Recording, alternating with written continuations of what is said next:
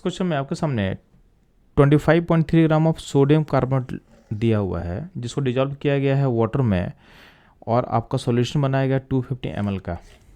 अब बोला गया है कि सोडियम कार्बोनेट जो है वो ब्रेक करता है सोडियम आयन में एन कार्बोनेट आयन में। तो आपको पता है कि सोडियम कार्बोनेट से जितना होगा उसका डबल मिलेगा सोडियम आयन, और जितना होगा सोडियम कार्बोनेट उतना मिलेगा आपके पास कार्बोनेट आयन मिलने वाला है। ठीक है, तो इस तरह से डिसोसिएट करेगा, यानी अगर अमाउंट यहाँ पे x मानते हैं इसका हम, तो ये होगा 2x और ये होगा x। बात समझ में आया। अब बोला गया है कि आपको पता करना है कि सोडियम आयन और कार्बन आयन का कॉन्सेंट्रेशन क्या होगा। तो इसका अप्रोच बहुत सिंपल सा है, तो ध्यान देना।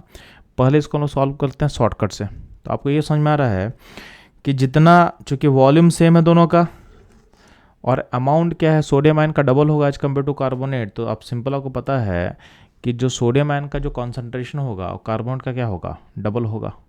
ठीक है, कार्बोनेट का क्या होगा, डबल होगा। तो आप ऑप्शन चेक करो कि किस ऑप्शन में सोडियम आयन का जो कॉन्सेंट्रेशन है वो कार्बोनेट का डबल है। तो अब देखोगे इसमें दोनों सेम है, हटा सकते हो आप इजीली। इसमें दोनों सेम है, इसको भी हटा सकते हो। इसमें सोडियम आयन का अमाउंट इसका डबल है, यानी ये ऑप्शन सही होगा। तो ऑप्शन बी आपका क्या होगा, करेक्ट आंसर होगा। बात समझे। ऑप्शन ए में क्या दिया हुआ है, कार्बन का कॉन्सेंट्रेशन डबल दिया सोडियम का, जो कि गलत होगा। तो डायरेक्टली हम ऑप्शन एनालिसिस करके बस इस क्वेश्चन को सही कर सकते थे। तो ये था अपना पहला अप्रोच। सेकंड अप्रोच में क्या होगा, आप सिंपली क्या करोगे, इस अमाउंट को, ठीक है, चेंज करोगे मोल में, चेंज करोगे मोल में। मोल कैसे निकलेगा, तो आपका 25.3 ग्राम हो गया सोडियम कार्बोनेट का। अब उसको डिवाइड करोगे इसके मोलर मास से।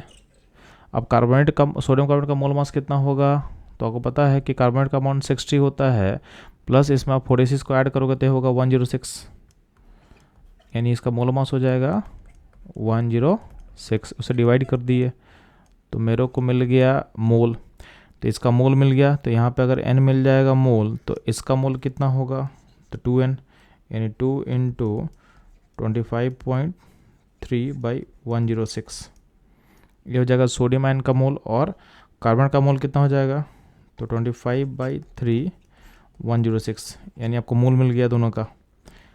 अब इस मोल को डिवाइड कर दोगे वॉल्यूम में लीटर से, तो आपके पास 250 ml है। तो वॉल्यूम सॉल्यूशन का क्या होगा, तो वॉल्यूम सॉल्यूशन का हो जाएगा 0.25 लीटर। तो इन दोनों मोल को आप डिवाइड कर दोगे 0.25 से या फिर 1/4 से, तो आपका आंसर जो है, आंसर बी के साथ मैच कर जाएगा। तो ये था इस क्वेश्चन का सॉल्यूशन एनालिसिस। मूव करते हैं हम लोग नेक्स्ट क्वेश्चन पे।